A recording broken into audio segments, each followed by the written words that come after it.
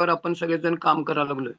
बऱ्याच लोकांना त्यांचं वजन कमी करायचं असेल, काही लोकांना वजन वाढवायचं असेल, काही लोकांना त्यांना औषधमुक्ती पाहिजेल असेल, बऱ्याच लोकांना वेगळे-वेगळे प्रॉब्लेम असतात आणि त्यातनं त्यांना मुक्त व्हायचं आहे. आणि माझ्यासारखं कोण आहे काय? ना मला वजन कमी करायचं, ना मला कुठलं औषध कमी, मला कुठलं औषध नाही, काय नाही. मग मी का करालोय हे काम किंवा मी का हे इनटेक करायला लागलोय? तर मी माझ्या फिटनेसवर काम करतोय. माझं सुद्धा वय 68 वय आहे. वय वाढेल तसं-तसं आपली एनर्जी वगैरे कमी होते की नाही? तर मला काय माझी एनर्जी-बिनर्जी कमी करून द्यायची नाहीये. माझा फिटनेस परफेक्ट ठेवायचा आहे.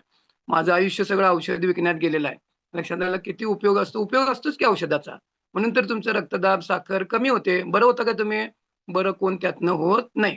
लक्षात आलं? मग औषधमुक्त असू दे, वजन कमी करायचं असू दे, वाढवायचं असू दे, फिटनेस आपल्यावर काम करायचं असेल, तर आपल्याला कसं आहे, पोषक तत्व मिळत नसतात. न्यूट्रिशन डिफिशियन्सी असते आणि मग ते कुठले-कुठले न्यूट्रिशन आहेत, तर ते तुम्हाला दर गुरुवारी वेगळ्या-वेगळ्या न्यूट्रिशन कंपनीचे जे वेगळे-वेगळे प्रॉडक्ट्स आहेत, तर त्याची इन्फॉर्मेशन असते आणि हे सगळे फूड प्रॉडक्ट आहेत. कुठल्याही प्रकारचं मेडिसिन नाही आहे.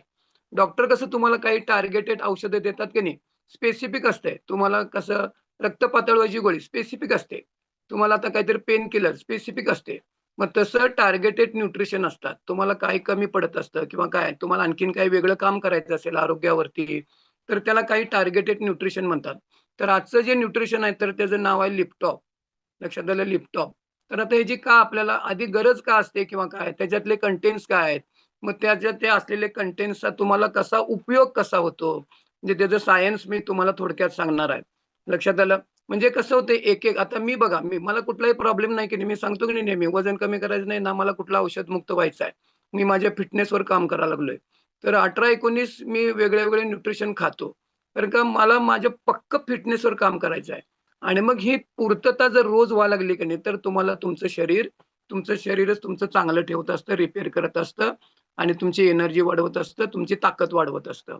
तर आपल्याला आत्ता कसं आहे, आपल्याला आत्ता बघा आत्ताचे लोकांचं जे लाईफ आहे, तर ते फास्ट आहे. तेज रफ्तार लाईफ आहे, फास्ट लाईफ आहे.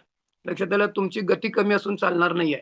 तुम्ही जे काही काम करता, धंदा, उद्योग, नोकरी किंवा काय, तर ह्या फास्ट तेज रफ्तार लाईफमध्ये की नाही, तर आपल्याला आपली एनर्जी म्हणा किंवा काय कॉन्सन्ट्रेशन, एकाग्रता किंवा काय हे तुमचं व्यवस्थित पाहिजे. नाहीतर तुम्हाला तुमचा परफॉर्मन्स जर तुमच्या कामाच्या ठिकाणी जर तुम्ही दाखवला नाही, तर तुम्हाला नोकरीवर किंवा तिथं कामामध्ये तुम्हाला इन्क्रिमेंट किंवा काय असतं तर ते होत नाही. आणि मग हा अलर्टनेस, ही एकाग्रता, हे कॉन्सन्ट्रेशन हे परफेक्ट लागतं. कामामध्ये चुका होऊन चालत नसतात. लक्षात आलं तुमचं जरा जरी काम जरा फ्रॅक्शन ऑफ सेकंडमध्ये ॲक्सिडेंट होतो की नाही? ॲक्सिडेंट आपण गाडी चालवतो.